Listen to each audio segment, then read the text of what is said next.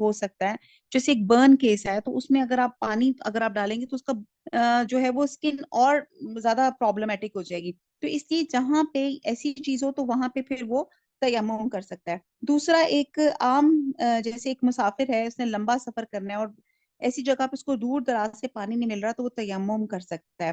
تیسری بات, اور پھر وہی بات ہے کہ قضائے حاجت سے آیا ہو یا اس نے بیوی سے مباشرت کی ہو, تو اس میں یہی ہے کہ اوتھینٹک ریزن میں, اور اگر آپ کو پانی اویلیبل نہیں ہو رہا تو پھر آپ تیمم کر سکتے ہیں. تو اس میں ایک ہی مرتبہ ہاتھ زمین پہ مار کر کلائی تک دونوں ہاتھ ایک دوسرے پر پھیر لیں اور منہ پر بھی پھیر لیں. اور حضور صلی اللہ علیہ وسلم نے تیمم کے بارے میں فرمایا یہ دونوں ہتھیلیوں اور چہرے کے لیے ایک ہی مرتبہ مارنا ہے. ٹھیک ہے جی. تو اللہ تعالیٰ نے بہت سی رخصتیں ہمیں دی ہوئی ہیں الحمدللہ. آیت نمبر 44, کیا تم نے انہیں نہیں دیکھا جنہیں کتاب کو کچھ حصہ دیا گیا اور وہ گمراہی خریدتے اور چاہتے کہ تم بھی راہ سے بھٹک جاؤ. اللہ تعالیٰ تمہارے دشمنوں کو خوب جاننے والا ہے اور اللہ تعالیٰ کا دوست ہونا کافی ہے. اللہ تعالیٰ کا مددگار ہونا بس ہے. بعد یہود کو علمات کو ان کی ٹھیک جگہ سے ہیر پھیر کر دیتے اور کہتے ہیں ہم نے سنا اور نافرمانی کی, اور سن اس کے بغیر کہ تو سنا جائے, اور ہماری رعایت کر. لیکن اس کہنے میں اپنی زبان کو پیش دیتے تھے اور دین میں تانا دیتے تھے. اگر یہ لوگ کہتے کہ ہم نے سنا سمعنا و اطعنا, اس کی بجائے کہتے تھے سمعنا و عصینا, تو کہتے تھے کہ ہم نے سنا اور ہم نے فرما برداری کی اور آپ سنیے اور ہمیں دیکھیے, تو یہ ان کے لیے بہت بہتر اور نہایت ہی مناسب تھا. لیکن اللہ تعالیٰ نے ان کے کفر کی وجہ سے انہیں لعنت کی, پس یہ بہت ہی کم ایمان لاتے ہیں. ایکچولی یہ جو واقعہ ہے وہ کچھ یہ ہے کہ یہ اپنے جو الفاظ جو تھے ان کی یہودیوں کی شرارتوں کی یہ تھی کہ وہ جب اللہ تعالیٰ کہتے تھے نا سمعنا و اطعنا, تو اس کے بجائے کہتے تھے سمعنا و عصینا, ہم نے سنا اور ہم نے نافرمانی کی. اور پھر آگے کہتے تھے غیر مسمع, یعنی کہ تیری بات نہ سنی جائے. تو یہ بد دعا کے طور پہ یہ جو تھے وہ کہا کرتے تھے. جیسے کہ ہم نے پیچھے ایک رائنا والا بات سنی ہوئی ہے, رائنا والی تھی نا, کہ وہ بھی جو کہتے تھے کہ رائنا چرواہا یا کچھ اس طرح کی بات کر کے اس ہوموفون کا ایک ڈفرنٹ مطلب نکال لیا کرتے تھے. آیت نمبر 47, اہل کتاب جو کچھ ہم نے نازل فرمایا ہے جو اس کی تصدیق کرنے والا ہے جو تمہارے پاس ہے, اس پر اس سے پہلے ایمان لاؤ کہ ہم چہرے بگاڑ دیں اور انہیں لوٹا کر پیٹ کی طرف کر دیں یا ان پہ لعنت بھیجیں جیسے ہم نے ہفتے کے دن والوں پہ لعنت کی, اور ہے اللہ تعالیٰ کا کام کیا گیا. اب آپ کو پتا ہے ہفتے والے دن یہ سبت کا واقعہ ہے, اور سبت کا واقعہ جو ہے کچھ یوں واقعہ تھا کہ اللہ نے ان کو کہا تھا یہودیوں کو کہ ہفتے والے دن آپ نے ان کا کام, ان کا پیشہ تھا مچھلیاں پکڑنا, تو ان کو کہا گیا تھا کہ تم لوگوں نے ہفتے والے دن مچھلیاں نہیں پکڑنی. تو یہ لوگ کیا کرتے تھے کہ جمعے والے دن گڑھے کھود کے جال لگا دیا کرتے تھے, اور تاکہ وہ جو ہے اس کو مچھلیاں جو تھی اس دن اللہ کے کرم سے زیادہ مچھلیاں آتی تھی, یعنی کہ ٹیمپٹیشن زیادہ ہوتی تھی کہ آج کے دن زیادہ شکار ہے. تو یہ ایک آزمائش تھی, اللہ تعالیٰ ٹیسٹ کرنا چاہتے تھے کہ میں نے اگر ایک حکم دیا ہے تو اللہ سبحانہ تعالیٰ نے جب ان کو کہا کہ ہفتے والے دن تم لوگوں نے شکار نہیں کیا, تو ان لوگوں نے وہ جو کہتے ہیں نا کان ادھر سے نہیں پکڑنا ادھر سے پکڑ لینا, تو انہوں نے گڑیاں کھود لی اور انہوں نے اپنے جال بچھا دیے اور اللہ کے حکم کی جو تھی وہ خلاف ورزی کی تھی. تو پھر اسی لیے اللہ سبحانہ تعالیٰ نے کہتے ہیں کہ ان کو بندر بنا دیا گیا تھا ان کی اس کرائم کی وجہ سے, اور کہتے ہیں کہ بعض اسکالرس کہتے ہیں کہ یہ 3 دن تک اس حالت میں رہے تھے اور پھر یہ فوت ہو گئے تھے. آیت نمبر 48, یقیناً اللہ تعالیٰ اپنے ساتھ شریک کیے جانے کو نہیں بخشتا اور اس کے سوا جسے چاہے بخش دیتا ہے. جو اللہ تعالیٰ کے شریک مقرر کر دے اس نے بہت بڑا گناہ اور بہتان باندھا. یہاں پہ سورہ لقمان میں بھی ہے کہ انا شرق لظلم عظیم, شرک ظلم عظیم ہے, یہ سب سے بڑا گناہ ہے. آیت نمبر 49, کیا آپ نے انہیں نہیں دیکھا جو اپنی پاکیزگی اور ستائش خود کرتے ہیں بلکہ اللہ تعالیٰ جسے چاہے پاکیزہ کرتا ہے. کسی پر ایک دھاگے کے برابر بل اللہ یزقی من یشاء ولا یظلمون فتیلا, کسی پر ایک دھاگے کے برابر ظلم نہ کیا جائے گا. کہتے ہیں کہ یہود اپنے منہ میاں مٹھو بنتے تھے اور کہتے تھے ہم تو اللہ کے بڑے چہیتے, ہم تو اللہ تعالیٰ کے بڑے لاڈلے ہیں, اور اللہ تعالیٰ فرماتے ہیں کہ میں کسی پہ دھاگے برابر جو ہے نا میں ظلم نہیں کروں گا. اور جب ہم لوگوں نے اس کی تفسیر پڑھی تھی تو بلیو کریں, ویسے تو ہم کھجور نکالتے تھے اور کھا جاتے تھے, تو وہ اس کے بعد جب ہم نے دیکھا دھاگے برابر, تو ہم دیکھتے ہیں کہ جب ہم کھجور کھاتے ہیں تو فتیل کھجور کی گٹھلی کے کٹاؤ پہ ایک دھاگے یا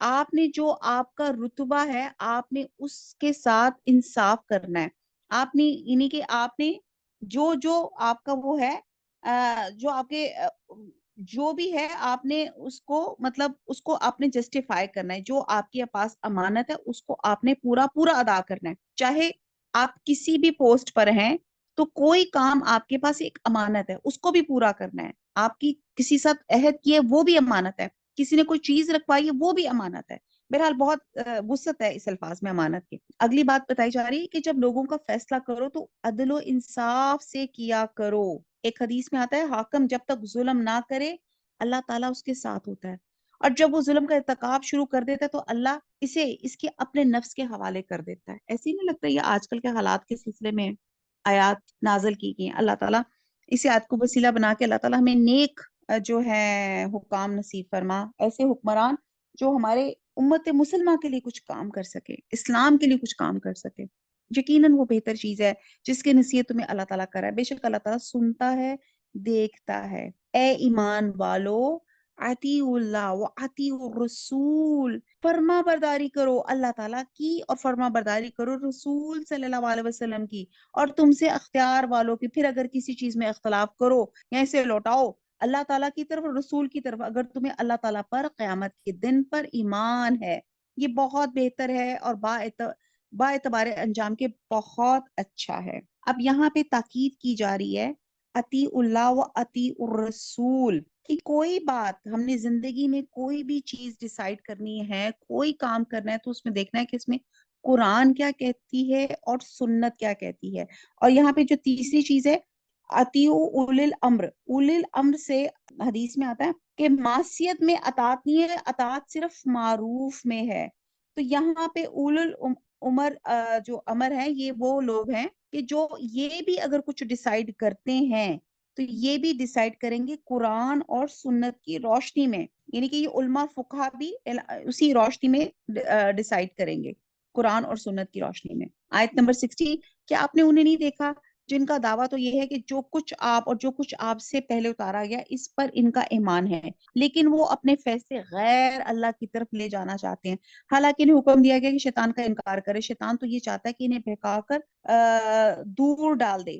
ان سے جب بھی کہا جاتا ہے کہ اللہ تعالیٰ کے نازل کردہ کلام کے رسول صلی اللہ علیہ وسلم کی طرف آؤ تو آپ دیکھ لیں گے کہ یہ منافق آپ سے منہ پھیر کر رکے جاتے ہیں. پھر کیا بات ہے جب ان پر ان کے کرتوت کے باعث کوئی مصیبت آ پڑتی ہے تو پھر یہ آپ کے ہاں آ کر اللہ تعالیٰ کی قسمیں کھاتے ہیں ہمارا ارادہ تو صرف بھلائی اور میل ملاپ ہی کا تھا. یہ وہ لوگ ہیں کہ ان کے دلوں کا بھید اللہ تعالیٰ پر بخوبی روشن ہے. آپ ان سے چشم پوشی کیجئے، انہیں نصیحت کرتے رہیے، انہیں وہ بات کہیے جو ان کے دلوں میں گھر کرنے والی ہو. ہم نے ہر رسول کو صرف اس لیے بھیجا کہ اللہ تعالیٰ کے حکم سے اس کی فرما برداری کی جائے. اگر یہ لوگ جب انہوں نے اپنی جانوں پہ ظلم کیا تھا تیرے پاس آ جاتے اور اللہ تعالیٰ سے استغفار کرتے اور رسول بھی ان کے لیے استغفار کرتے تو یقیناً یہ لوگ اللہ تعالیٰ کو معاف کرنے والا مہربان پاتے. آیت نمبر 65، قسم ہے تیرے پروردگار کی یہ ایماندار نہیں ہو سکتے جب تک کہ تمام آپس کے خلاف میں آپ کو حاکم نہ مان لے. پھر جو فیصلے آپ ان میں کر دیں ان سے اپنے دل میں کسی طرح کی تنگی اور ناخوشی نہ پائیں اور فرما برداری کے ساتھ قبول کر لیں. اب یہ جو واقعہ 65 میں ہے اس کے شان نزول کے بارے میں آتا ہے کہ ایک یہودی اور مسلمان کا واقعہ بیان کیا جاتا ہے. بہرحال اس کے بارے میں بہت سے واقعات نریٹ کیے جاتے ہیں. جو زیادہ جو اسکالرز بیان کرتے ہیں وہ کہتے ہیں کہ حضرت زبیر جو تھے جو حضور صلی اللہ علیہ وسلم کے پھوپھی زاد تھے اور ایک آدمی کا کھیت کو سیراب کرنے والے نالے یعنی کہ کھال کے پانی پہ جھگڑا ہو گیا. معاملہ نبی صلی اللہ علیہ وسلم کے پاس پہنچا. آپ نے صورتحال کا جائزہ لیا اور اتفاق سے فیصلہ حضرت زبیر کے حق میں دے دیا، جس پہ دوسرے آدمی نے کہا کہ آپ صلی اللہ علیہ وسلم نے فیصلہ اس لیے کیا کہ وہ آپ کا پھوپھی زاد ہے. اس پر یہ آیت نازل ہوئی کہ اور یہاں پہ کلیئر کٹ بتایا گیا. اسی طرح کے کچھ ایک آدھ اور بھی اسکالرز واقعات بتاتے ہیں، لیکن اس کا مورل آف دا اسٹوری بات یہ تھی کہ نبی صلی اللہ علیہ وسلم کی کسی بات یا فیصلے سے اختلاف تو دور کی بات ہے دل میں ناگواری یا کراہت کی فیلنگ بھی نہیں آنی چاہیے.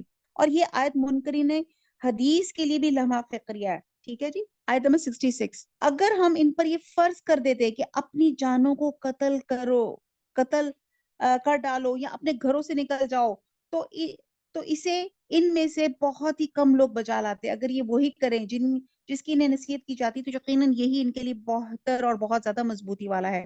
تب تو انہیں ہم نے اپنے پاس سے بڑا ثواب دیں گے اور یقیناً انہیں راہ راست دکھا دیں گے. اور جو بھی اللہ تعالیٰ کے رسول صلی اللہ علیہ وسلم کی فرما برداری کرے وہ ان لوگوں کے ساتھ ہوگا جن پہ اللہ تعالیٰ نے انعام کیا، جیسے نبی اور صدیق اور شہید اور نیک لوگ. یہ بہترین رفیق ہیں. کہتے ہیں کہ اللہ اور رسول کی اطاعت کا بہت زیادہ ریوارڈز بتائے گئے ہیں.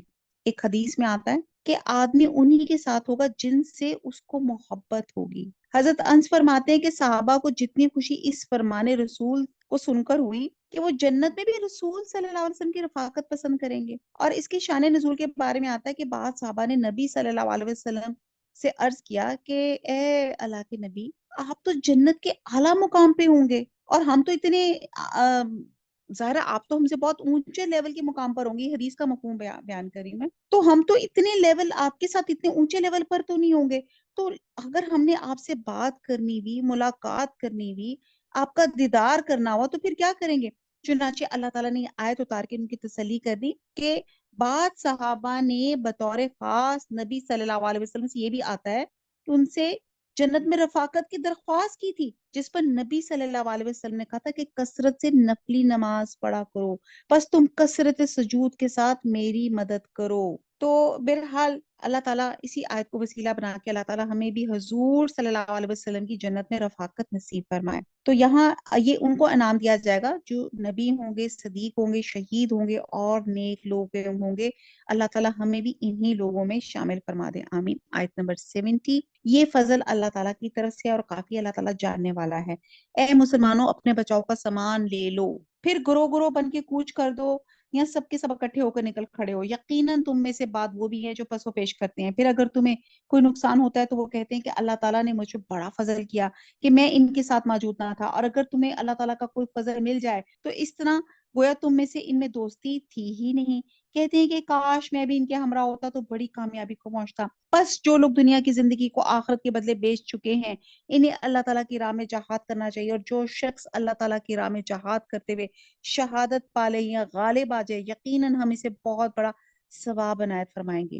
بھلا کیا وجہ ہے کہ تم اللہ کی راہ میں اور ان ناتوان مردوں اور عورتوں اور ننے بچوں کے چھٹکارے کے لیے جہاد نہ کرو، اور جو یوں دعائیں مانگ رہے ہیں کہ اے ہمارے پروردگار، ان ظالموں کی بستی سے ہمیں نجات دے. آمین.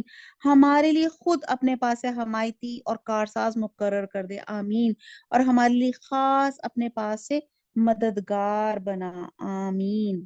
جو لوگ ایمان لائے ہیں تو وہ اللہ تعالیٰ کی راہ میں جہاد کرتے ہیں. جن لوگوں نے کفر کیا ہے وہ طاغوت کی راہ میں لڑتے ہیں. یہ میں نے بہت ڈیٹیل سے آپ کو طاغوت کا جو تھا پیچھے بتایا تھا. طاغوتی قوت ہر وہ چیز جو اللہ کی نافرمانی میں جو لگی اس کو طاغوت ہی کہا جاتا ہے.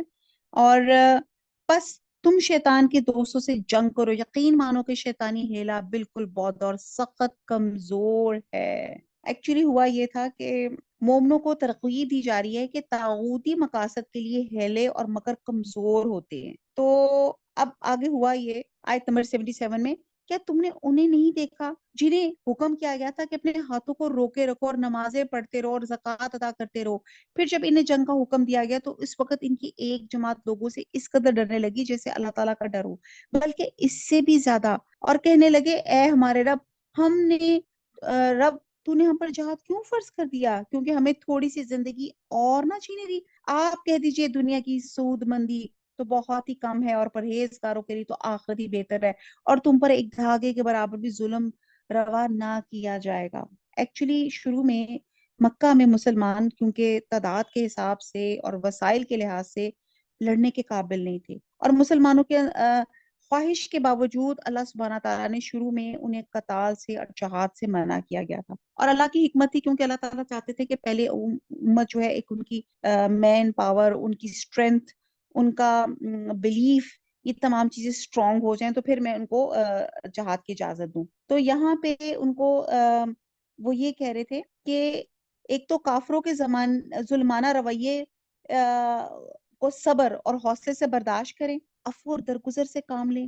یہاں اللہ تعالیٰ پھر نصیحت کریں کہ دوسرا یہ کہ نماز، زکوٰۃ اور دیگر عبادات پر عمل کریں, اللہ سے تعلق تھوڑا مضبوط کریں, کیونکہ آگے آپ چل کے آپ دیکھتے ہیں کہ پھر اللہ تعالیٰ نے ان کو جہاد کا حکم بھی دے دیا تھا. آیت نمبر 78, تم جہاں کہیں بھی ہو موت تمہیں آ پکڑے گی, کو تم مضبوط قلعوں میں ہو. اگر تمہیں کوئی بھلائی ملتی ہے تو کہتے ہیں کہ اللہ تعالیٰ کی طرف سے ہے, اگر کوئی برائی پہنچتی ہے تو کہہ اٹھتے ہیں کہ یہ تیری طرف سے ہے. انہیں کہہ دو یہ سب کچھ اللہ تعالیٰ کی طرف سے ہے, انہیں کیا ہو گیا ہے کہ کوئی بات سمجھنے کے قریب بھی نہیں. اب یہاں پھر منافقین کی بات کی جا رہی ہے, ان کو یہ بتایا جا رہا ہے کہ انہیں جب کوئی بھلائی پہنچتی تھی کسی بھی طرح سے, مال میں, اولاد میں, رزق میں, تو وہ کہتے تھے کہ یہ اللہ کی طرف سے ہے. اور اگر برائی, قحط سالی یا کسی بھی طرح کا مال اور دولت میں کمی آتی تھی تو کہتے تھے اے محمد صلی اللہ علیہ وسلم یہ تیری طرف سے ہے, یعنی کہ تم آپ کا دین اختیار کرنے کی وجہ سے ہم پہ یہ آزمائش آئی ہے. جس طرح حضرت موسیٰ علیہ السلام اور قوم فرعون کے بارے میں اللہ تعالیٰ نے فرمایا تھا کہ جب ان کو بھلائی پہنچتی ہے تو کہتے ہیں یہ ہمارے لیے ہے, یعنی کہ ہم ڈیزرو کرتے ہیں, ہم اس کے مستحق ہیں. اور جب ان کو برائی پہنچتی ہے تو حضرت موسیٰ علیہ السلام اور ان کے پیروکاروں سے بدشگونی پکڑتے ہیں, نعوذ باللہ, یعنی کہ ان کی نحوست بتاتے ہیں. تو بہرحال اس ایک آیت میں ہمارے لیے بہت سے سبق ہے کہ ہم ایک انسان کو کوئی بھلائی پہنچتی ہے یا کوئی برائی پہنچتی ہے تو یاد رکھے یہ اللہ کی طرف سے ہے, اور اگر ہم اس پر وجہ پہ کسی بندے کی نحوست لگا لیں تو یہ ہماری اپنی عقل یا علم کی کمی ہے. اکثر ہم کہتے ہیں نا یہ شادیاں ہوتی ہیں, بہو بیچاری نے گھر میں قدم رکھا تو ایک دم کوئی بیمار ہو گیا ہے, کسی کی ڈیتھ کی خبر سن لی تو نکل لو جی تو بھوئی منوس ہے. یا اسی طرح اگر آپ کے آگے سے کالی بلی کاٹ جاتی تو آپ کہتے ہیں لو جی آج کا تو دن بڑا برا گزرے گا کیونکہ آگے سے کالی بلی کاٹ گئی ہے. تو نحوست بذات خود کوئی چیز نہیں ہوتی, یہ اللہ کے فیصلے ہوتے ہیں, اللہ کا حکم ہوتا ہے, جس نے جس وقت ہونا ہوتا ہے اسی وقت ہوتا ہے. تو آپ اس وجہ سے کوئی بھلائی یا کوئی برائی جو ہوتی ہے یہ سب اللہ کی طرف سے. اللہ تعالیٰ ایکچولی ہمیں خوشیاں دیکھ کر اور ہمیں غم دیکھ کر بھی ہمارا رویہ چیک کرنا چاہتا ہے کہ اس پہ بھی ہم کہتے ہیں ہم صبر کرتے ہیں, اللہ کا شکر ادا کرتے ہیں, کہ یا ہم گلے شکوے کرنے پڑ جاتے ہیں کہ وائی می اللہ تعالیٰ. تو بہرحال یہاں بڑا ہے اللہ تعالیٰ کی ہر رضا پہ ہم لوگ راضی ہیں. اللہ تعالیٰ عافیت آپ سے مانگتے ہیں اس آیت کے وسیلے سے. آیت نمبر 79, تجھے جو بھلائی ملتی ہے وہ اللہ تعالیٰ کی طرف سے ہے, اور جو برائی پہنچتی ہے وہ تیرے اپنے نفس کی طرف سے ہے. ہم نے تجھے تمام لوگوں کو پیغام پہنچانے والا بنا کر بھیجا اور اللہ تعالیٰ گواہ کافی ہے. ایک حدیث کا مفہوم ہے, حضور صلی اللہ علیہ وسلم فرمایا کہ جنت میں جو بھی جائے گا محض اللہ کی رحمت سے جائے گا, اپنے عمل کی وجہ سے نہیں. جس پہ صحابہ کرام نے عرض کیا یا رسول اللہ ولا انتا, آپ بھی اللہ کی رحمت کے بغیر جنت میں نہیں جائیں گے؟ تو آپ نے فرمایا ہاں, جب تک اللہ مجھے بھی اور اپنے دامان رحمت میں نہیں ڈھانک لے گا جنت میں نہیں جاؤں گا. تو آپ اندازہ لگا لیں کہ اللہ کے رسول بھی جو ہیں اللہ کی رحمت کے بغیر نہیں جا سکتے. تو بہرحال بہت دعا مانگا کریں اللہ کی رحمت کی, عافیت کی. آیت نمبر 80, اس رسول صلی اللہ علیہ وسلم کی جو اطاعت کرے اسی نے اللہ تعالیٰ کی فرما برداری کی, اور جو منہ پھیلے تو ہم نے آپ کو کچھ ان پہ نگہبان بنا کر نہیں بھیجا. آپ کو پتہ ہے کہ قرآن کی عملی تفسیر حضور صلی اللہ علیہ وسلم کی ذات ہے, اس لیے قرآن اور حدیث دونوں کو فالو کرنا چاہیے. جو قرآن میں کچھ احکامات آتے ہیں لیکن ان کی امپلیکیشن, ان کو کیسے پریکٹیکل لائف میں عمل میں لانا ہے, وہ ہمیں حضور صلی اللہ علیہ وسلم کی ذات سے پتہ چلتا ہے. آیت نمبر 81, یہ کہتے ہیں کہ اطاعت ہے, مگر جب آپ کے پاس سے اٹھ کر باہر نکلتے تو ان میں سے ایک جماعت جو بات آپ نے یہ ان سے کہی ہے اس کے خلاف راتوں کو مشورے کرتی ہے, ان کی راتوں کی بات چیت اللہ لکھ رہا ہے. تو آپ ان سے منہ پھیلیں, اللہ پہ بھروسہ رکھیں, اللہ تعالیٰ کافی کار ساز ہے. یعنی کہ اللہ پہ توکل کریں, دشمنوں کی سازشیں, ان کی کانسپریسیز جو ہیں کسی کا کوئی نقصان نہیں پہنچا سکتی, اور اللہ تعالیٰ بہترین وکیل ہے. جب تک کہ اللہ کا عزت نہ ہو کوئی آفت کوئی مصیبت نہیں آ سکتی. کیا یہ لوگ قرآن پہ غور نہیں کرتے؟ اگر یہ اللہ تعالیٰ کے سوا کسی اور کی طرف سے ہوتا تو یقیناً اس میں بہت کچھ اختلاف آتے. جہاں انہیں کوئی خبر امن کی یا خوف کی ملی, انہوں نے اسے مشورہ کرنا شروع کر دیا. حالانکہ اگر یہ لوگ اسے رسول صلی اللہ علیہ وسلم کی اور اپنے میں سے ایسی باتوں کی تہ تک پہنچنے والوں کے حوالے کر دیتے ہو تو اس کی حقیقت وہ لوگ معلوم کر لیتے, جو نتیجہ اخذ کرتے ہیں. اگر اللہ تعالیٰ کا فضل اور اس کی رحمتوں پہ نہ ہوتی تو معدود چند کے علاوہ تم سب شیطان کے پیروکار بن جاتے. آیت نمبر 84 تو اللہ تعالیٰ کی راہ میں جنگ کرتا رہے، تجھے صرف تیری ذات کی نسبت حکم دیا جاتا ہے، ہاں ایمان والوں کو رغبت دلاتا رہے۔ بہت ممکن ہے کہ اللہ تعالیٰ کافروں کی جنگ کو روک دے، اللہ تعالیٰ سخت لڑائی والا ہے، سزا دینے میں بھی سخت ہے۔ اور جو شخص کسی نیکی یا بھلے کام کی سفارش کرے گا اسے بھی اس کا کچھ حصہ ملے گا، اور جو برائی اور بدی کی سفارش کرے گا اس کے لیے بھی اس میں ایک حصہ ہے۔ اللہ تعالیٰ ہر چیز پر قدرت رکھنے والا ہے۔ اب یہاں پہ بھی بڑی زبردست بات کی جا رہی ہے، اس لیے کہا جاتا ہے نا، وہ آپ لوگ ایک ٹرم اکثر دیکھتے ہیں، ہم پڑھتے ہیں جی پلیز فارورڈ ایز صدقہ جاریہ۔ تو یہاں پہ ایک چیز بتائی جا رہی ہے کہ جو بندہ ایک اچھائی کا رواج دے گا، ایک اچھی بات بتائے گا، جتنے لوگ اس کو فالو کریں گے اس کو اپنا بھی ثواب اس کا کم نہیں ہوگا، اور جتنے لوگ اس کی بات ان کو فالو کریں گے اس کا ثواب ملٹی پلائی ہوتا جائے گا۔ ٹھیک ہے جی، جیسے اگلی آیت ہے سلام کی، آپ ایک سلام کرتے ہیں اور آپ کی عادت ہے، آپ اسی طرح بچوں کی بھی تربیت کرتے ہیں جی سلام کریں، وہ جتنا آپ سلام کریں سلامتی کر رہے ہیں۔ آپ ایک اچھا کام، ایک اچھا مشورہ دے رہے ہیں، آپ کسی کو ایک آیت سمجھا دی ہیں، ایک اچھی کوئی حدیث بتا دی، اس حدیث پر آپ نے عمل کیا، جس شخص نے عمل کیا اس کا ثواب آپ کو جو ہے وہ ملتا رہے گا، ملٹی پلائی ہوتا رہے گا۔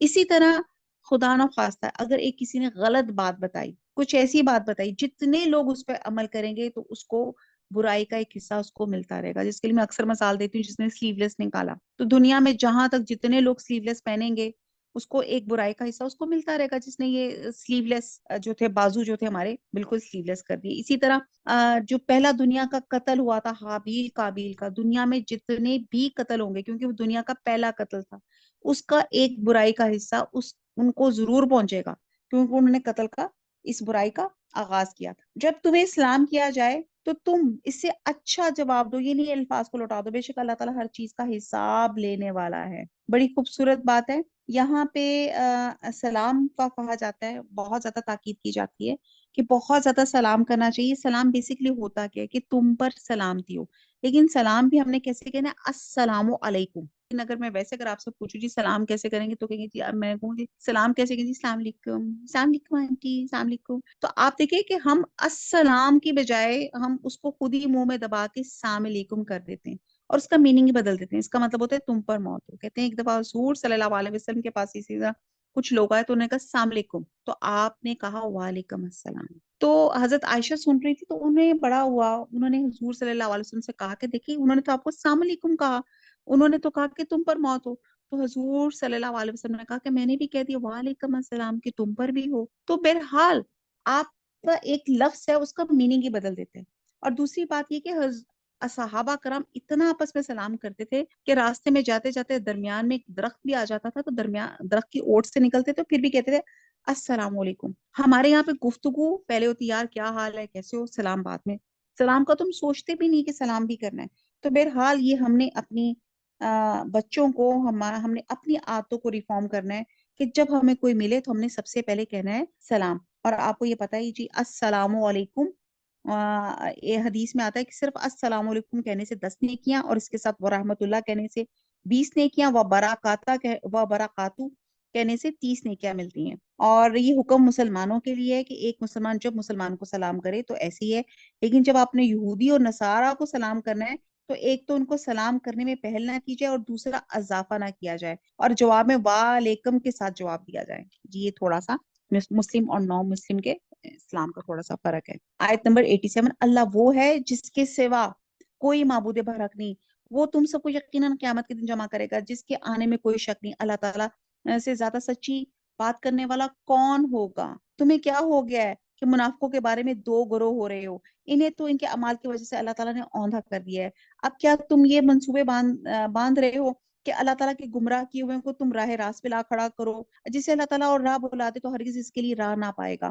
ان کی تو چاہت ہے کہ جس طرح کے کافر وہ ہیں تم ان کی طرح کفر کرنے لگو اور پھر سب یکساں ہو جاؤ۔ پھر جب تک یہ اسلام کی خاطر وطن نہ چھوڑیں ان میں سے کسی کو حقیقی دوست نہ بناؤ، پھر اگر یہ منہ پھیر لیں تو انہیں پکڑو اور قتل کرو جہاں بھی یہ ہاتھ لگ جائے۔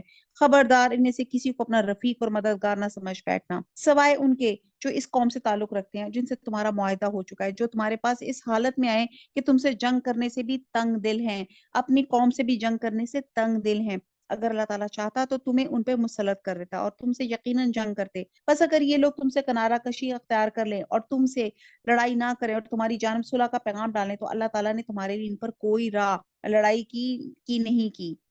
تم کچھ اور لوگوں کو ایسا بھی پاؤ گے جن کی بظاہر چاہت ہے کہ تم میں سے بھی امن میں رہیں اور اپنی قوم سے بھی امن میں رہیں، لیکن جب کبھی فتنہ انگیزی کی طرف لوٹائے جاتے ہیں تو اوندھے منہ اس میں ڈال دیے جاتے ہیں. فتنے سے یہاں مراد شرک بھی ہو سکتی ہے. بس اگر یہ لوگ تم سے کنارہ کشی نہ کریں، تم سے صلح کا سلسلہ جنبانی نہ کریں اور اپنے ہاتھ نہ روک لیں تو انہیں پکڑو اور مارو جہاں کہیں بھی پالو. یہی وہ ہے جن پر ہم نے تمہاری ظاہر حجت عنایت فرمائی ہے. کسی مومن کو دوسرے مومن کو قتل کر دینا زیبا نہیں مگر غلطی سے ہو جائے تو اور بات ہے. اور جو شخص کسی مسلمان کو بلا قصد مار ڈالے گا اس پر ایک مسلمان غلام کی گردن آزاد کرنا اور مقتول کے عزیزوں کو خون بہا پہنچانا ہے. ہاں یہ اور بات ہے کہ وہ لوگ بطور صدقہ ہی معاف کر دیں. اگر مقتول تمہاری دشمن قوم کا ہو اور وہ مسلمان ہو تو صرف ایک مومن غلام کی گردن آزاد کرنا لازمی ہے. اگر مقتول اس قوم سے ہو تم میں اور ان میں عہد و پیمان ہے تو خون بہا لازم ہے اور جو اس کے کنبے والوں کو پہنچایا جائے اور ایک مسلمان غلام کا آزاد کرنا بھی ضروری ہے. بس جو نہ پائے اس کے ذمے 2 مہینے کے لگاتار روزے ہیں اللہ تعالیٰ سے بخشوانے کے لیے. اللہ تعالیٰ بخوبی جاننے والا حکمت والا ہے. اب یہاں پہ قتل کے کچھ بتایا جا رہا ہے کہ قصاص جو ہوتا ہے قتل کے بدلے قتل. اب یہاں پہ سب سے پہلے تو بتایا جا رہا ہے کہ ایک مومن دوسرے مومن کو قتل کرنا ہی ایک حرام کام ہے. ہمارے ایک بڑے خلیفہ تھے، ان کا جب قتل ہوا نا تو ان کو سب سے پہلی جو فکر تھی کہ مجھے قتل کرنے والا کہیں مسلمان تو نہیں ہے. مطلب اپنے زخمی یا اپنے زخموں سے زیادہ یا اپنے قتل ہونے ان کو فکر یہ تھی کہ ایک مومن کسی مومن کے اوپر ہاتھ اٹھا ہی نہیں سکتا. تو بہرحال یہ 2 قسم کے ہوتے ہیں. ایک ہوتا ہے قتل خطا. قتل خطا کا جرمانہ ہے جو بائی مسٹیک ہوتا ہے. اس میں تو ایک بطور کفارہ استغفار ہے، یعنی کہ استغفار کرے، پھر مسلمان غلام کی گردن آزاد کرے، اور پھر یہ ہے دیت خون بہا جو وہ ادا کرے. مقتول کے خون کے بدلے میں جو چیز مقتول کے وارثوں کو دی جائے وہ دیت کہلاتی ہے. اور دیت کی مقدار احادیث کی روح سے 100 اونٹ یا اس کے مساوی قیمت سونا یا چاندی یا کرنسی کی شکل میں ہے. تو یہ ہے قتل خطا. اور ایک ہوتا ہے قتل عمد، انٹینشلی قتل کرنا. ٹھیک ہے جی. تو بہرحال اس میں یہاں پہ جو یہ چیزیں 3 جو چیزیں بتائی گئیں کہ جان کے بدلے جب آپ کو قتل کر لے تو جان کے بدلے جان ہے یا دیت ادا کرنا ہے، اور تیسرا یہ ہے معافی بھی جو ہے وہ بھی معاف کر دینے کو بھی صدقے سے تعبیر کیا گیا ہے. اور پھر یہ ہے کہ اگر جو اس کو نہ پائے تو وہ 2 مہینے کے لگاتار روزے گئے رکھے، یعنی کہ اگر گردن آزاد کرنے کی اس کے اندر استطاعت نہیں ہے، یہ تو پہلی صورت ہے. اور پھر آخری صورت میں دیت کے ساتھ مسلسل لگاتار بغیر ناغے کے 2 مہینے کے روزے ہیں. اگر درمیان میں ناغا ہو جائے تو نئے سرے سے روزے رکھنے ہوں گے. ٹھیک ہے جی. آیت نمبر نیکسٹ ہے. اور جو کوئی کسی مومن کو قصدن قتل کر ڈالے اس کی سزا دوزخ ہے جس میں وہ ہمیشہ رہے گا. اس پہ اللہ تعالیٰ کا غضب ہے، اسے اللہ تعالیٰ نے لعنت کی، اس کے لیے بڑا عذاب تیار کر رکھا ہے. آپ دیکھ لیں کہ قتل عمد قتل کی بھی 3 قسمیں، ایک قتل خطا اور ایک قتل شبہ عمد جو حدیث سے ثابت ہے، اور قتل عمد جس کا مطلب ہے کہ ارادے اور نیت سے کسی کو قتل کرنا اور اس کے لیے وہ آلہ استعمال کرنا جس سے واقعی قتل کیا جاتا ہے، جیسے تلوار یا بندوق یا جو بھی جس سے کرنا ہے. تو بہرحال اللہ تعالیٰ نے ایسے کی بتایا کہ جہنم سزا ہے. تو اس قدر سخت سزا ہے، یعنی کہ جو بندہ انٹینشنلی کسی مومن کو مار دیتا ہے. اور اللہ تعالیٰ کی لعنت بھی ہے.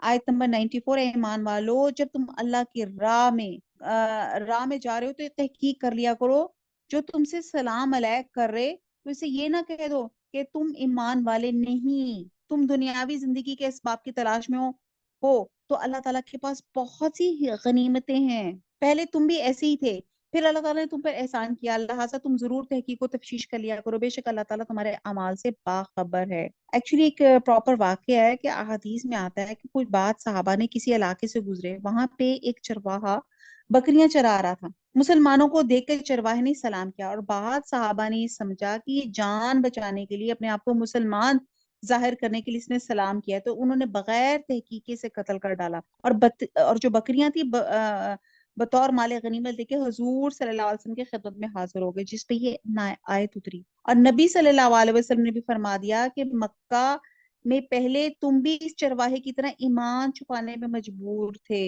اور کہتے ہیں کہ آپ صلی اللہ علیہ وسلم نے اس شخص کی دیت ادا کی، اور بہرحال کہا جا رہا ہے کہ تحقیق کر لیا کرو، جو کہتے ہیں نا کہ آپ نے ظاہر پہ فیصلہ کرنا ہے، اگر کسی نے سلام کر دیا تو ٹھیک ہے، وہ مسلمان ہی ہوگا نا۔ اپنی جانوں اور مالوں سے اللہ کی راہ میں جہاد کرنے والے مومن اور بغیر عذر کے بیٹھ رہنے والے مومن برابر نہیں۔ اپنی مالوں اور جانوں سے جہاد کرنے والوں کو، بیٹھ رہنے والوں پہ اللہ تعالیٰ نے درجوں میں بہت فضیلت دے رکھی ہے۔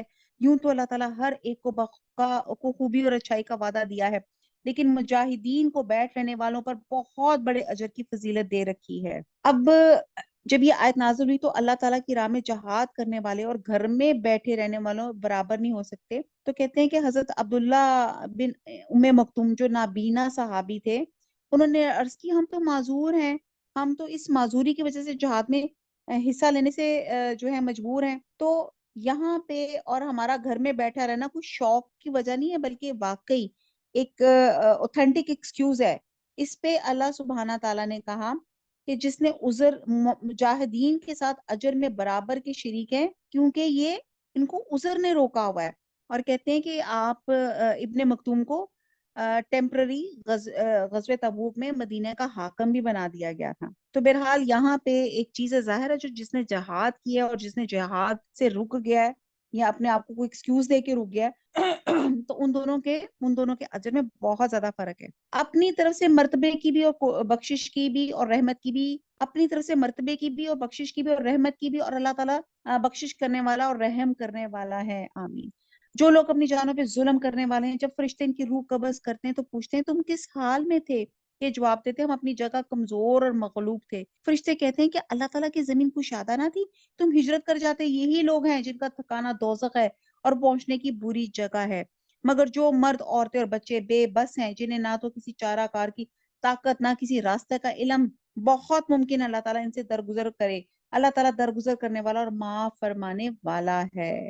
جو کوئی، اب یہاں پہ نا تھوڑا سا ہجرت کا ایک تاکیدی حکم بیان کیا گیا ہے کہ ہجرت اسلام اور اسے گریز کفر کے مترادف قرار دیا گیا، اور کہا جاتا ہے کہ ایسے دارالکفر سے ہجرت کرنا فرض ہے جہاں اسلام کی تعلیمات پہ عمل کرنا مشکل ہو، اور وہاں رہنا کفر اور اہل کفر کی حوصلہ افزائی کا باعث ہو۔ آیت نمبر 99، بہت ممکن ہے اللہ تعالیٰ ان سے درگزر کرے۔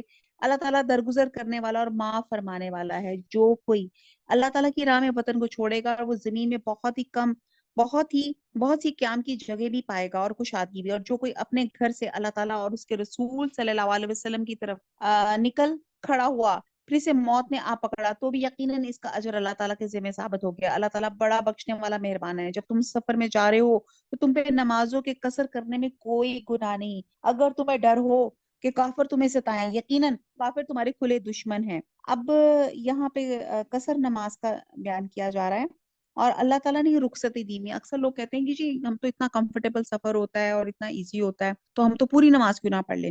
تو بہرحال اللہ تعالیٰ نے رخصتیں دی ہوئی ہیں کہ اگر آپ سفر میں آپ ہے تو آپ جو ہے آپ اس کی قصر نماز پڑھ سکتے ہیں۔ اور قصر نماز میں آپ کو پتہ ہے کہ آپ کا ایک تو یہ چیز ہے کہ آپ کا جو سٹے ہے وہ 15 دن سے کم ہو، ایک آپ کا سرٹن ڈسٹینس ہوتا ہے، تیسرا یہ ہوتا ہے کہ آپ کی تو یہاں پہ قصر نماز کا ہے، اور تیسرا یہ ہوتا ہے کہ آپ جو نماز پڑھی ہیں، جیسے آپ نے فجر کی اگر آپ قصر کر رہی ہیں تو اس میں آپ 2 سنت 2 فرضی پڑھیں گی، کیونکہ اللہ سبحانہ تعالیٰ حضور صلی اللہ علیہ وسلم کو جو فجر کی سنتیں تھی، دنیا و ما فیہا، یعنی جو کچھ اس کے اندر ہے اس میں سب سے زیادہ پیاری تھی، تو یہ آپ فجر میں تو وہ پڑھا کریں۔ ظہر کی جو قصر ہے اس میں 4 فرض سے 2 فرض ہو جاتے ہیں، عصر کی میں بھی 4 فرض سے 2 فرض ہو جاتے ہیں نماز آپ کی۔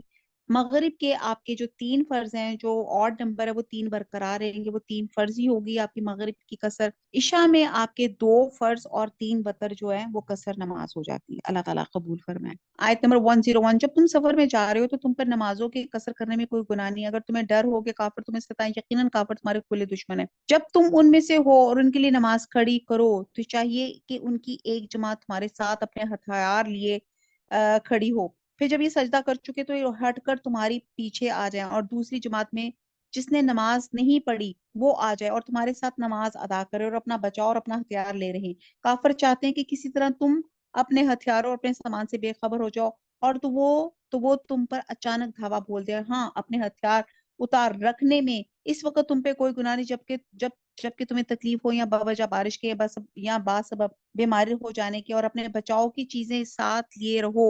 یقین اللہ تعالیٰ نے منکروں کے لیے ذلت کی مار تیار کر رکھی ہے۔ پہلے ہم نے صلاۃ قصر پڑھی، اس میں صلاۃ خوف ہے۔ صلاۃ خوف جو ہے اس کو جو خوف کی نماز میں کہا جاتا ہے، اس میں عموماً یہ ہوتا ہے کہ جیسے ایک جنگ کے حالات ہیں اور فوج کو 2 حصوں میں تقسیم کر دیتے ہیں، ایک حصہ دشمن کے بالمقابل کھڑا رہتا ہے تاکہ کافروں کو حملہ کرنے کی ہمت نہ ہو، اور ایک جو حصہ تھا وہ جو ہے، اور یہ کیونکہ نبی صلی اللہ علیہ وسلم کے زمانے میں ایسے صلاۃ خوف پڑی گئی تھی، تو اس میں جو تھا کہ ایک جو فوج کا حصہ تھا وہ دشمنوں کے سامنے کھڑا تھا، اور ایک حصے نے نبی صلی اللہ علیہ وسلم کے پیچھے نماز پڑھی تھی، اور جب یہ حصہ نماز سے فارغ ہو گیا تو پہلی کی جگہ مورچہ زن ہو گیا، اور مورچہ زن والے نماز کے لیے آ گئے، اور بعد روایت میں آتا ہے کہ آپ صلی اللہ علیہ وسلم نے دونوں حصوں کو ایک ایک رکعت پڑھائی تھی، اور اس طرح آپ کی 2 رکعت اور باقی فوجیوں کی ایک ایک رکعت ہو گئی تھی، اور بعد میں آتا ہے کہ 2 رکعت پڑھائی تھی، تو اسی طرح آپ کی 4 رکعت ہو گئی تھی اور فوجیوں کی 2 رکعت ہو گئی تھی۔ بہرحال اللہ تعالیٰ قبول کرے، یعنی کہ آپ سوچیں دیکھیں، جو سمجھنے کی بات ہے کہ نماز جنگ کی حالت میں بھی معاف نہیں ہے، تو یہاں پہ اللہ تعالیٰ نے صلاۃ خوف کا ایک طریقہ یہاں بتا دیا۔ پھر جب تم نماز ادا کر چکو تو اٹھتے بیٹھتے اور لیٹتے اللہ تعالیٰ کا ذکر کرتے رہو، اور جب اطمینان پاؤ تو نماز قائم کرو، یقیناً نماز مومنوں پہ مقررہ وقتوں پہ فرض ہے۔ اب یہاں پہ ایک تو یہ ہے کہ نماز کو مقررہ وقت پہ پڑھے، تو اسے یہ بھی پتہ چلتا ہے کہ بغیر شرعی عذر کے 2 نمازوں کو جمع کرنا درست نہیں ہے، کیونکہ اس طرح کم از کم ایک نماز غیر وقت پہ پڑھی جاتی ہے جو اس آیت کے خلاف ہے۔ اور یہاں پہ بہت زیادہ فضیلت بتائی گئی ہے کہ اٹھتے بیٹھتے اللہ کا ذکر کریں، تو آپ دیکھیں کہ اللہ کا ذکر کرنے کے لیے ہم اکثر کہتے ہیں کہ یار وہ رات نیند نہیں آئے، یا اس طرح میں لیٹی رہی، یا کچھ اور چیز، یا ویسے، تو آپ دیکھیں کہ زبان پاک ہے، اس میں آپ کا وضو ہے نہیں ہے، آپ بہت سی چیزیں، آپ تسبیحات اور ذکر وہ جو ہے وہ آپ کر سکتے ہیں، تو یہاں پہ امفسائز کیا جا رہا ہے کہ بہت ذکر کیا کریں۔ آیت نمبر 104، ان لوگوں کو، اچھا 104 سے لے کر جو ہے آیات 113، ان کی شان نزول کے بارے میں آتا ہے کہ انصار کے قبیلہ بنی ظفر میں ایک شخص تھا تمام یا بشیر بن ابریرک تھا، اس نے ایک انصاری کی ذرا چرا لی، جب اس کا چرچا ہوا تو اس نے اپنی چوری کو، جب اسے پتا چلا کہ میری چوری پکڑی جائے گی تو اس نے وہ ذرا ایک یہودی کے گھر پھینک دی، اور بنی ظفر کے کچھ آدمیوں کو لے کے نبی صلی اللہ علیہ وسلم کی خدمت میں پہنچ گیا اور ان سے کہا کہ ذرا چوری کرنے والا فلاں یہودی ہے۔ یہودی کہتے ہیں کہ حضور صلی اللہ علیہ وسلم کی خدمت میں حاضر، اس نے کہا کہ بنی ابیرک نے ذرا چوری کر کے میرے گھر میں پھینک دی ہے۔ بنی ظفر اور بنی ابیرک جو تھے بڑے ہوشیار تھے، اور وہ حضور صلی اللہ علیہ وسلم کو یہی یقین دہانی کراتے رہے کہ یہ چور یہودی ہے اور یہ ہم پر جھوٹا الزام لگا رہا ہے، اور حضور صلی اللہ علیہ وسلم بھی ان کی چکنی چپڑی باتوں میں آگے، قریب تھا کہ اس انصاری کو چوری کے الزام سے بری کر دیتے اور یہودی پہ چوری کا جرم لگا دیتے، تو اللہ تعالیٰ نے جو 104 سے آنورڈ آیا تھا، اللہ تعالیٰ نے آیات اتاری، جسے ایک بات تو یہ پتا چلی کہ بحیثیت ایک انسان نبی صلی اللہ علیہ وسلم کی غلط فہمی میں پڑ سکتے ہیں، اور دوسری بات یہ کہ آپ عالم غیب نہیں ہیں، آپ فوراً صورتحال کا آپ کو اندازہ نہیں ہوتا، اور تیسری بات اللہ تعالیٰ نے اپنے پیغمبر کی حفاظت فرماتے ہیں، اور ان سے کبھی کوئی غلط بات جو ہے اگر یا کوئی چیز ایسی ہو تو اللہ تعالیٰ وہ شبہ وہ دور کر دیتے ہیں، کیونکہ یہ انبیاء کی ان کی عزت کا تقاضا ہوتی ہے۔ اب میں پڑھتی ہوں 104 آیت کو۔ یقیناً ہم نے تمہاری طرف حق کے ساتھ اپنی کتاب نازل فرمائی تاکہ تم لوگوں میں اس چیز کے مطابق فیصلہ کرو جس سے اللہ تعالیٰ نے تم کو شناسا کیا ہے، اور خیانت کرنے والوں کے حمایتی نہ بنو، اور اللہ تعالیٰ سے بخشش مانگو، بے شک اللہ تعالیٰ بخشش کرنے والا، مہربانی کرنے والا ہے، اور ان کی طرف سے جھگڑا نہ کرو جو خود ہی اپنی خیانت کرتے ہیں، یقیناً دغا باز گنہگار اللہ تعالیٰ کو اچھا نہیں لگتا۔ وہ لوگوں سے تو چھپ جاتے ہیں لیکن اللہ تعالیٰ سے نہیں چھپ سکتے۔ وہ راتوں کے وقت جب کہ اللہ کی ناپسندیدہ باتوں کے خفیہ مشورے کرتے ہیں، اس وقت بھی اللہ ان کے پاس ہوتا ہے اور ان کے تمام اعمال کو وہ گھیرے ہوئے ہے۔ ہاں تو یہ ہو تم لوگ کہ دنیا میں تم نے ان کی حمایت کی، لیکن اللہ تعالیٰ کے سامنے قیامت کے دن ان کی حمایت کون کرے گا؟ اور وہ کون ہے جو ان کا وکیل بن کے کھڑا ہو سکے گا؟ اور جو شخص کوئی برائی کرے یا اپنی جان پہ ظلم کرے پھر اللہ سے استغفار کرے تو وہ اللہ کو بخشنے والا، مہربانی کرنے والا پائے گا، اور جو گناہ کرتا ہے اس کا بوجھ اسی پر ہے۔ اللہ بخوبی جاننے والا اور پوری حکمت والا ہے۔ اور جو شخص کوئی گناہ یا خطا کر کے کسی بے کردہ گناہ کا ذمہ تھوپ دے، اس نے بہت بڑا بہتان اٹھایا اور کھلا گناہ کیا۔ تو اب آپ یہ دیکھیں کہ جو اس سے مراد جو تھی کہ بنی ابارک تھا کہ اس نے چوری خود کی تھی لیکن اپنے چرب زبانی سے یہودی کو چور بنا دیا تھا۔ تو اگلی آیات میں بھی ان کی اللہ تعالیٰ نے نبی صلی اللہ علیہ وسلم کو ان تمام چیزوں سے آگاہ کر دیا، اور جسے پتہ یہ چلتا ہے کہ فریقین میں سے جب کسی کی بات پہ پورا یقین نہ ہو کہ وہ حق پہ ہے، اس کی حمایت یا وکالت کرنا جائز نہیں ہے۔ ایک حدیث میں اس طرح بیان کیا گیا ہے، خبردار، نبی صلی اللہ علیہ وسلم نے کی ایک حدیث کا مفہوم ہے کہ وہ کہتے ہیں خبردار، میں ایک انسان ہوں، جس طرح میں سنتا ہوں اس کی روشنی میں فیصلے کرتا ہوں۔ ممکن ہے ایک شخص اپنی دلیل اور حجت پیش کرنے میں تیز ترار اور ہوشیار اور میں اس کی گفتگو سے متاثر ہو کے اس کے حق میں فیصلہ کر دوں حالانکہ وہ حق پر نہ ہو، اس طرح میں دوسرے مسلمان کا حق اسے دے دوں۔ اسے یاد رکھنا چاہیے کہ آگ کا ٹکڑا ہے، یہ اس کی مرضی ہے کہ اسے لے لے یا چھوڑ دے۔ یہ بہت سخت حدیث کا ٹکڑا ہے میرے اور آپ کے لیے کہ سم ٹائمز ہم جب ہماری کوئی پرابلمز ایسی ہوتی ہیں جب ہم کورٹ میں چلے جاتے ہیں اور سم ہاؤ ہم جھوٹے وکیل، جج اور جھوٹی گواہیاں لے کے اس بات سے اپنے آپ کو بری ذمہ بھی کر لیتے ہیں، تو یاد رکھیں ہم نے اللہ کی عدالت میں بھی جانا ہے۔ دنیا کی عدالت سے تو ہم کسی نہ کسی طریقے سے اپنے آپ کو اپنے کسی نہ کسی پروٹوکول سے یا کسی نہ کسی رشوت سے یا کسی طریقے سے اپنے آپ کو آزاد کرا لیا، کہ اللہ کے رسول نے کہا ہے کہ اگر آپ کسی کا حق ماریں گے تو یاد رکھیں یہ آگ کا ٹکڑا ہے۔ تو دیکھ لیں آگ کا ٹکڑا اگر آپ رکھنا چاہتے ہیں تو رکھ لیں، چاہے وہ آپ کو کتنا اٹریکٹیو لگ رہا ہے۔ تو آگ ہے ہی کیا، یہ تو ویسی ڈسٹرکٹیو ہے، تو یہ آپ کی مرضی ہے کہ آپ اس کو رکھنا چاہتے ہیں یا آپ اس کو چھوڑنا چاہتے ہیں۔ آیت نمبر 110، جو شخص کوئی برائی کرے یا اپنی جان پہ ظلم کرے پھر اللہ سے استغفار کرے تو اللہ کو بخشنے والا، مہربانی کرنے والا پائے گا۔ جو گناہ کرتا ہے اس کا بوجھ اسی پر ہے۔ اللہ بخوبی جاننے والا اور پوری حکمت والا ہے۔ جو شخص کوئی گناہ یا خطا کر کے کسی بے کردہ گناہ کے ذمہ تھوپ دے، اس نے بہت بڑا بہتان اٹھایا اور کھلا گناہ کیا۔ سورہ بنی اسرائیل میں بھی آتا ہے کہ کوئی بوجھ اٹھانے والا کسی دوسرے کا بوجھ نہیں اٹھائے گا، یعنی کہ کوئی کسی کا ذمہ دار نہیں ہوگا۔ ہر نفس کو وہی کچھ ملے گا جو وہ کما کر ساتھ لے گیا ہو۔ اگر اللہ تعالیٰ کا فضل و رحم تجھ پہ نہ ہوتا تو ان کی ایک جماعت نے تجھے بہکانے کا قصد کر ہی لیا تھا، مگر دراصل یہ اپنے آپ ہی کو گمراہ کرتے ہیں، تیرا کچھ نہیں بگاڑ سکتے۔ اللہ تعالیٰ نے تجھ پر کتاب و حکمت اتاری ہے اور تجھے وہ سکھایا ہے جسے تو نہیں جانتا تھا۔ اللہ تعالیٰ کا تجھ پہ بڑا بھاری فضل ہے۔ ان کے اکثر مصلحتی مشورے بے خیر ہیں، ہاں بھلائی اس کے مشورے میں ہے جو خیرات کی یا ایک بات کا یا لوگوں میں صلح قرانے کا حکم کرے، اور جو شخص صرف اللہ تعالیٰ کی رضامندی حاصل کرنے کے ارادے سے کام کرے گا اسے ہم یقیناً بہت بڑا ثواب دیں گے۔ یہ تمام نیکی کے کام ہیں۔ یہاں صدقہ، خیرات، معروف، ہر قسم کی نیکی کو شامل کیا گیا ہے، اور آپس میں نیک مشوروں کو بھی ساتھ شامل کیا گیا ہے۔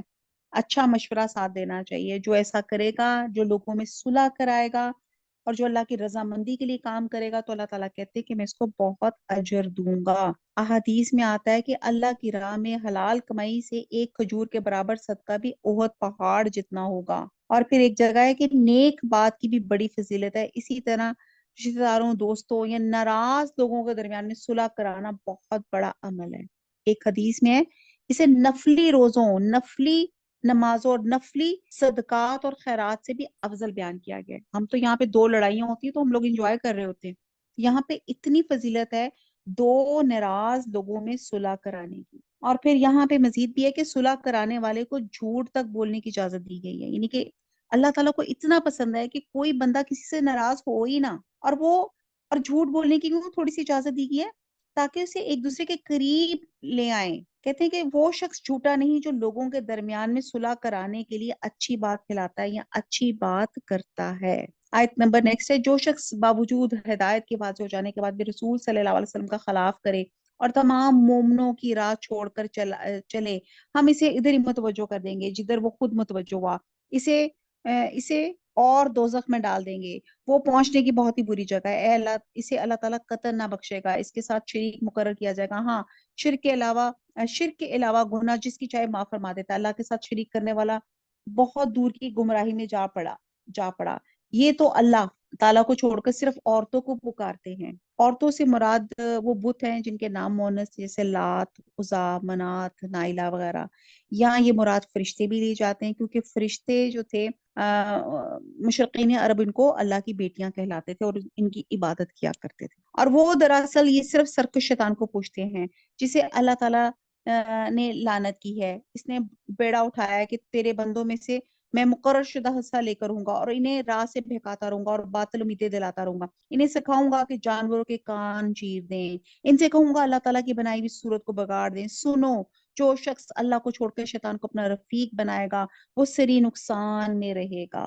بڑی زبردست یہاں پہ بات کی گئی ہے کہ اللہ کی خلق میں تبدیلی، تو یہ ان کو شیطان ان کو راہیں سجا رہا ہے کہ بتوں کو اپنے یہ جانوروں کو بتوں کے نام پہ چھوڑ دو اور ان کی ایزا ان کا سمبل ان کے کان کاٹ دو، اور پھر تغیر خلق اللہ کی تخلیق کو بدلنے کی صورتیں بتائی گئی ہیں۔ بہت کچھ ہے جس میں کان کو چیرنا، کاٹنا، سوراخ کرنا، اور پھر اللہ تعالیٰ نے جو چاند، سورج، پتھر، آگ اللہ تعالیٰ نے جو بنائے جن مقاصد کے لیے بنائے گئے، لیکن مشرقین نے کیا کیا، اللہ تعالیٰ کی اس تخلیق کے مقصد کو بدل کے ان کو معبود بنا لیا، ان کو سورج دیوتا، چاند دیوتا، یہ چیزیں بنا لی۔ یہ بھی ایک تبدیلی ہے، اور یہ تغیر کا مطلب ہے تغیر فطرت ہے یا اس کی حلت اور حرمت میں تبدیلی کر دینا ہے۔ ایک تغیر یہ بھی ہے کہ جیسے لائگیشن کروانا یا کچھ اس طرح کچھ کروا دینا، میک اپ کے نام پہ جیسے آپ کی جو پلکنگ وغیرہ کر دینا، ابھی جو ٹیٹوز وغیرہ کروا دینا۔ فی الحال بہت سی چیزیں ہیں آج کل، تو مجھے نہیں سمجھ آتی جس طرح یہ جو آج کل کی جو سرجریز ہوتی ہیں، انسان کی شکل، آپ کی کھال، آپ کا سب کچھ بدل ڈالتی ہیں۔ تو یہ اللہ تعالیٰ کی خلق میں تبدیلی کرنا، اللہ تعالیٰ ہمیں ان تمام گناہوں سے بچائے، آمین ثم آمین۔ آیت نمبر نیکسٹ ہے، وہ ان سے زبانی وعدے کرتا ہے اور سبز باغ دکھاتا ہے، مگر یاد رکھو شیطان کے جو وعدے ان سے ہیں وہ سراسر فریب کاری ہیں۔ یہ وہ لوگ ہیں جن کی جگہ جہنم ہے، جہاں سے انہیں چھٹکارا نہ ملے گا۔ جو ایمان لائے اور بھلے کام کرے ہم انہیں ان جنتوں میں لے جائیں گے جن کے نیچے چشمے جاری ہوں گے، جہاں یہ ابداً آباد رہیں گے۔ یہ ہے اللہ کا وعدہ جو سراسر سچا ہے، اور کون ہے جو اپنی بات میں اللہ سے زیادہ سچا ہو۔ حقیقت حال نہ تو تمہاری آرزو کے مطابق ہے، نہ اہل کتاب کی امیدوں پہ موقوف ہے۔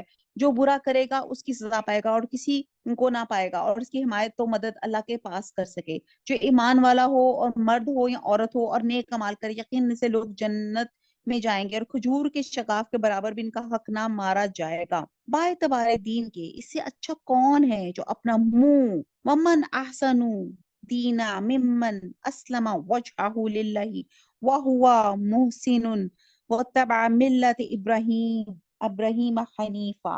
باعتبار دین کی سے اچھا کون ہے جو اپنا منہ اللہ کے کام پہ دھر دے اور ہو بھی نیکوکار، ساتھ ہی یکسوئی والے ابراہیم کی دین کی پیروی کر رہا ہو، اور ابراہیم علیہ السلام کو اللہ تعالیٰ نے اپنا دوست بنا لیا ہے۔ اب یہاں پہ کامیابی کا معیار اور اس کا نمونہ بتایا گیا ہے۔ معیار یہ ہے کہ ہم اپنے آپ کو اللہ تعالیٰ کے سپرد کر دیں، سرنڈر کر دیں۔ اسلام کا مطلب یہ ہے to surrender yourself to اللہ سبحانہ تعالیٰ۔ محسن بن جائیں اور ملت ابراہیم کی پیروی کریں، اور نمونہ حضرت ابراہیم علیہ السلام ہے جن کو اللہ تعالیٰ نے اپنا خلیل بنایا، جن کے دل میں اللہ تعالیٰ کی محبت اس طرح راسخ تھی کہ کسی اور کے لیے اس میں جگہ ہی نہیں تھی۔ نبی صلی اللہ علیہ وسلم نے فرمایا کہ اللہ نے مجھے بھی خلیل بنایا جس طرح اس نے ابراہیم کو خلیل بنایا۔ آسمانوں اور زمین میں جو کچھ ہے سب اللہ ہی کا ہے، اور اللہ تعالیٰ ہر چیز کو گھیرنے والا ہے۔ آپ سے عورتوں کے بارے میں حکم دریافت کرتے ہیں، آپ کہہ دیجئے خود اللہ ان کے بارے میں حکم دے رہا ہے، اور قرآن کی وہ آیتیں جو تم پر ان یتیم لڑکیوں کے بارے میں پڑھی جاتی ہیں جنہیں ان کا مقررہ حق تم نہیں دیتے، انہیں اپنے نکاح میں لانے کی رغبت رکھتے، اور کمزور بچوں کے بارے میں، اور اس بارے میں یتیموں کی کارگزاری انصاف کے ساتھ کرو، تم جو نیک کام کرو بے شبہ اللہ تعالیٰ اسے پوری طرح جاننے والا ہے۔ اگر کسی عورت کو اپنے شوہر کی بد دماغی اور بے پرواہی کا خوف ہو تو دونوں آپس میں جو صلح کریں، اس پہ کوئی گناہ نہیں، صلح بہت بہتر چیز ہے، تمام ہر نفس میں شامل کر دی گئی ہے۔ اگر تم اچھا سلوک کرو اور پرہیزگاری کرو تو تم جو کرو اس پہ اللہ تعالیٰ پوری طرح خبردار ہے۔ اب خامند اگر کسی وجہ سے اپنی بیوی کو ناپسند کرتا ہے، اسے دور رہنا چاہتا ہے، نشوز اور اعراض کرنا معمول بنا لے، یا ایک سے زیادہ بیویاں ہونے کی صورت میں کسی کم تر خوبصورت بیوی سے اعراض کرے، اور عورت اپنا کچھ حق چھوڑ کے مہر سے یا نان و نفقے سے اپنے خامن سے مصالحت کر لے، اور اس مصالحت میں خامن یا بیوی پہ کوئی گناہ نہیں، کیونکہ صلح بہرحال بہتر ہے۔ حضرت ام المومنین فار ایگزامپل، انہوں نے اپنے بڑھاپے میں اپنی باری حضرت عائشہ کو ہبا کر دی تھی، جسے نبی صلی اللہ علیہ وسلم نے قبول کیا تھا۔ اور ایک اور جگہ بھی ہے کہ ایک شخص کی اگر ایک سے زیادہ بیویاں ہو تو دلی تعلق اور محبت میں وہ سب کے ساتھ یکساں سلوک نہیں کر سکتا، کیونکہ محبت جو ہے وہ دل کا فعل ہے اور اس پہ اختیار نہیں۔ خود نبی صلی اللہ علیہ وسلم کو بھی اپنی بیویوں میں سب سے زیادہ محبت حضرت عائشہ رضی اللہ تعالیٰ عنہ سے تھی۔ خواہش کے باوجود انصاف نہ کرنے سے مطلب یہی قلبی میلان اور محبت میں عدم مساوات ہے۔ اللہ حضور صلی اللہ علیہ وسلم کو اللہ تعالیٰ نے ایگزامپٹڈ کیا ہوا تھا، اور کہ کیونکہ ان کا دلی تعلق تھا، اللہ تعالیٰ نے صرف ان کو ایک اجازت دی ہوئی تھی کہ، اور وہ کیا کرتے تھے، تمام بیویوں سے یکساں سلوک کرتے تھے، لیکن محبت پہ جیسے کہتے ہیں نا اختیار نہیں تھا، لیکن صرف اللہ تعالیٰ نے ان کو رخصت دی ہوئی تھی۔ ایک حدیث کا مفہوم ہے کہ جس شخص کی 2 بیویاں ہوں اور وہ ایک کی طرف مائل ہو اور دوسری کو نظر انداز کرے، تو کہتے ہیں قیامت کے دن وہ اس طرح آئے گا کہ اس کے جسم کا ایک حصہ یعنی کہ نصف ساقط ہوگا۔ تو یہ بندوں کو بڑا شوق ہوتا ہے نا 2 سے 3 بیویاں کرنے کا، تو یہ پھر برابری کا بھی جو ہے یہاں پہ یہ بھی ایسی احادیث بھی ان کو پتہ چلنی چاہیے۔ اگر تم اچھا سلوک کرو اور پرہیزگاری کرو تو تم جو کچھ کرے اس پہ اللہ تعالیٰ پوری طرح خبردار ہے۔ تم میں سے یہ بھی نہ ہو سکے گا کہ تم اپنی بیویوں میں سے ہر طرح عدل کرو، گو تم اس کی کتنی ہی خواہش کرو، کوشش کر لو، اس لیے بالکل ہی ایک کی طرف مائل ہو کر دوسری کو لٹکتی ہوئی نہ چھوڑ دو۔ اگر تم اصلاح کرو اور تقوی اختیار کرو تو بے شک اللہ تعالیٰ بڑی مغفرت اور رحمت والا ہے۔ اگر میاں بیوی جدا ہو جائیں تو اللہ تعالیٰ اپنی وسعت سے ہر ایک کو بے نیاز کر دے گا۔ مطلب یہاں بتایا جا رہا ہے کہ ممکن ہے علیحدگی کے بعد مرد کو مطلوبہ صفات والی بیوی، یا عورت کو علیحدگی کے بعد اپنا ڈیزائر کوئی جو اس کی خصوصیات جو وہ چاہتی ہے مرد میں، وہ اللہ تعالیٰ اس کو مل جائے۔ اسلام میں طلاق کو اگرچہ سخت ناپسند کیا گیا ہے۔ ایک حدیث میں ہے طلاق حلال تو ہے لیکن یہ ایسا حلال ہے جو اللہ کو سخت ناپسند ہے۔ اس کے باوجود میں اللہ تعالیٰ نے اس کی اجازت دی ہے، اسی کے بعد دفعہ حالات ایسے موڑ پہ پہنچ جاتے ہیں کہ اس کے بغیر کوئی چارہ نہیں ہوتا، کیونکہ فریقین میں کچھ بہتری نہیں ہو رہی ہوتی اور وہ ایک دوسرے سے علیحدہ ہو جاتے ہیں۔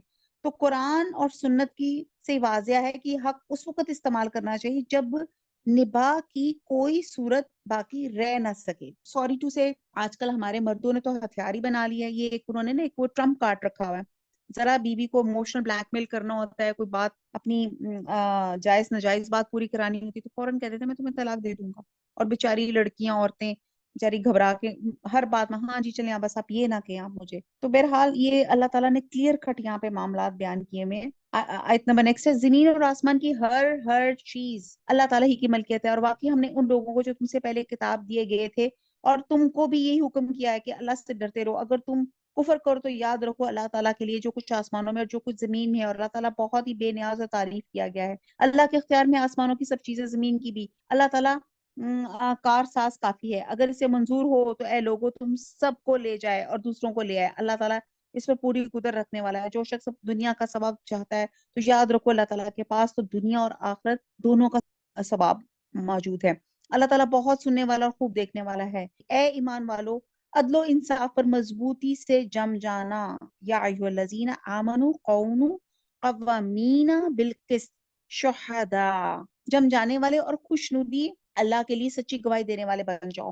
گو وہ خود تمہارے لیے اپنے خلاف ہو یا اپنے ماں باپ کے یا رشتہ دار عزیز کے، وہ شخص اگر امیر ہو یا فقیر ہو تو دونوں کے ساتھ اللہ کو زیادہ تعلق ہے، اس لیے کہ تم خواہش نفس کے پیچھے پڑ کر انصاف نہ چھوڑ دینا۔ اگر تم نے کج بیانی یا پہلو تہی کی تو جان لو کہ جو کچھ تم کرو گے اللہ تعالیٰ اس سے پوری طرح باخبر ہے۔ اب یہاں پہ پھر انصاف کو سٹریس کیا گیا ہے کہ انصاف کرو، چاہے، اور یہ مت دیکھو کہ آپ کا رشتہ دار قریبی ہے یا دور کا ہے، جو انصاف کی بات ہے حق کے ساتھ جو ہے فیصلہ کرو۔ آیت نمبر 136 ہے، ایمان والو اللہ تعالیٰ پر، اس کے رسول صلی اللہ علیہ وسلم پر اور اس کتاب پر جو اس نے اپنے رسول صلی اللہ علیہ وسلم پہ اتاری ہے اور ان کتابوں پہ جو اس سے پہلے اس نے نازل فرمائی ہیں ایمان لاؤ۔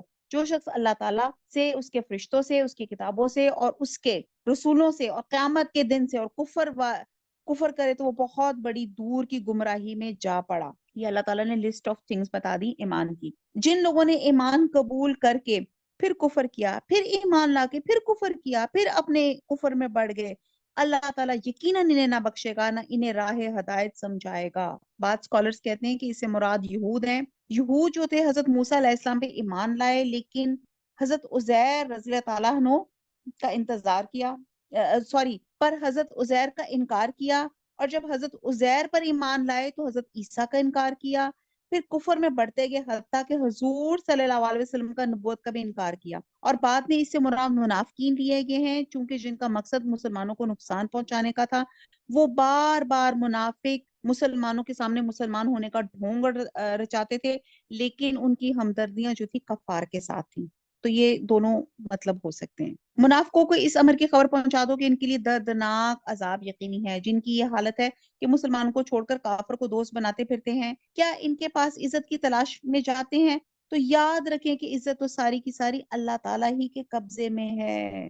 سورہ فاتر میں آتا ہے جو عزت کا طالب ہے اسے سمجھ لینا چاہیے کہ عزت سب کی سب اللہ ہی کی طرف ہے، اور اللہ تعالیٰ تمہارے پاس اپنی کتاب میں یہ حکم اتار چکا کہ تم جب کسی مجلس والوں کو اللہ تعالیٰ کی آیتوں کے ساتھ کفر کرتے اور مذاق اڑاتے ہوئے سنو تو اسے مجمع میں ان کے ساتھ نہ بیٹھو جب تک کہ وہ اس کے علاوہ اور باتیں نہ کرنے لگے، اور نہ تم ابھی اسی وقت انہی جیسے ہو، ورنہ تم بھی اس وقت انہی جیسے ہو، یقیناً اللہ تعالیٰ تمام کافروں اور سب منافقوں کو جہنم میں جمع کرنے والا ہے۔ اب یہ بھی ایک بہت امپورٹنٹ بات ہے، اور بہت لوگوں کا سوال بھی ہوتا ہے کہ جہاں پہ ایسی محفلیں جہاں اللہ کی آیات کا مذاق اڑایا جا رہا ہو، اللہ کے احکامات کی نافرمانی کی جا رہی ہو، تو کہا جا رہا ہے، حدیث میں آتا ہے کہ جو شخص اللہ اور یوم آخرت پہ ایمان رکھتا ہے وہ اس دعوت میں شریک نہ ہو جس میں شراب کا دور چل رہا ہے۔ ٹھیک ہے جی، اس میں بہت سی چیزیں آتی ہیں، آپ کے شادی بیاہ کے فنکشن، یہ جو آپ کی سنگیت پارٹیز اور آپ کے کنسرٹس اور بہت سی چیزیں اس میں لسٹ آف تھنگز ہیں جہاں پہ اللہ کی آیات کا مذاق اڑایا جا رہا ہو۔ تو یہاں پہ اس آیت میں آ رہا ہے کہ ایسی جگہوں پہ وہاں سے اٹھ بیٹھے چلے گئے ہیں تو غلطی سے، تو وہاں سے باہر نکل آئے۔ نیکسٹ ہے، یہ لوگ تمہاری انجام کار کا انتظار کرتے رہتے ہیں، پھر اگر تمہیں اللہ تعالیٰ فتح دے تو یہ کہتے ہیں کیا ہم تمہارے ساتھی نہیں ہیں؟ اگر کافروں کو تھوڑا سا غلبہ مل جائے تو ان سے کہتے ہیں ہم تم پہ غالب نہ آنے لگے تھے، کیا ہم نے تمہیں مسلمانوں کے ہاتھوں سے نہ بچایا تھا؟ پس قیامت میں خود اللہ تعالیٰ تمہارے درمیان فیصلہ کرے گا۔ اللہ تعالیٰ کافروں کو ایمان والوں پہ ہرگز راہ نہ دے گا، بے شک منافق اللہ سے چال بازیاں کر رہے ہیں اور انہیں اس چال بازیوں کا بدلہ دینے والے ہیں۔ اور جب نماز کو کھڑے ہوتے ہیں تو بڑی کاہلی کی حالت میں کھڑے ہوتے ہیں اور صرف لوگوں کو دکھاتے ہیں، اور یاد الہی تو یوں ہی سی برائے نام ہی کرتے ہیں۔ اب اللہ یہاں پہ جو ہے نماز پہ بہت ایمفسائز یہاں پہ کی جا رہی ہے کہ نماز پڑھتے ہوئے کاہلی اور سستی نہ دکھائیں، اور سورہ شورا میں آتا ہے کہ اور جو مصیبت تم پہ واقع ہوتی ہے سو تمہارے اپنے فعلوں کی وجہ سے ہے۔ اور غلبے کے یہاں پہ تھوڑی سی 2-4 پوائنٹس بتائے گئے ہیں کہ ایک تو یہ ہے کہ اہل اسلام کا یہ غلبہ قیامت والے دن ہوگا، اللہ تعالیٰ کہتے ہیں نا اہل اسلام غلبہ حاصل کریں گے تو وہ قیامت والے دن ہوگا۔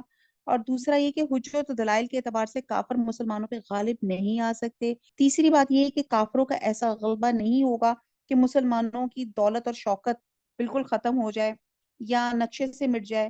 اور چوتھی بات یہ ہے کہ جب تک مسلمان اپنے دین کے عامل باطل سے غیر راضی اور منکرات سے روکنے والے رہیں گے تو کافر ان پہ غالب نہیں آئیں گے، کیونکہ امام بن ابن العربی فرماتے ہیں کہ یہ سب سے عمدہ معنی ہے، کیونکہ اللہ تعالیٰ کا فرمان ہے جو سورہ شورا میں کہ اور جو مصیبت تم پہ واقع ہوتی ہے سو تمہارے اپنے فعلوں کی وجہ سے ہے، گویا مسلمانوں کی مغلوبیت ان کی اپنی کوتاہیوں کا نتیجہ ہے۔ نیکسٹ آیت ہے، وہ درمیان میں ہی معلق ڈگمگا ہی رہے ہیں، نہ پورے ان کی طرف نہ صحیح طور پہ ان کی طرف، اور جسے اللہ تعالیٰ گمراہی میں ڈال دے تو ان کے لیے کوئی راہ نہ پائے گا۔ اے ایمان والو، مومنوں کو چھوڑ کر کافروں کو دوست نہ بناؤ، کیا تم یہ چاہتے ہو کہ اپنے اوپر اللہ تعالیٰ کی صاف حجت قائم کر لو؟ اچھا، کاہلی کی نماز میں ایک بڑی پیاری حدیث کا مفہوم ہے کہ نبی صلی اللہ علیہ وسلم نے فرمایا، یہ منافق کی نماز ہے، یہ منافق کی نماز ہے، یہ منافق کی نماز ہے کہ بیٹھا ہوا سورج کا انتظار کرتا رہتا ہے یہاں تک کہ جب سورج شیطان کے دو سینگوں کے درمیان یعنی کہ غروب کے قریب ہو جاتا ہے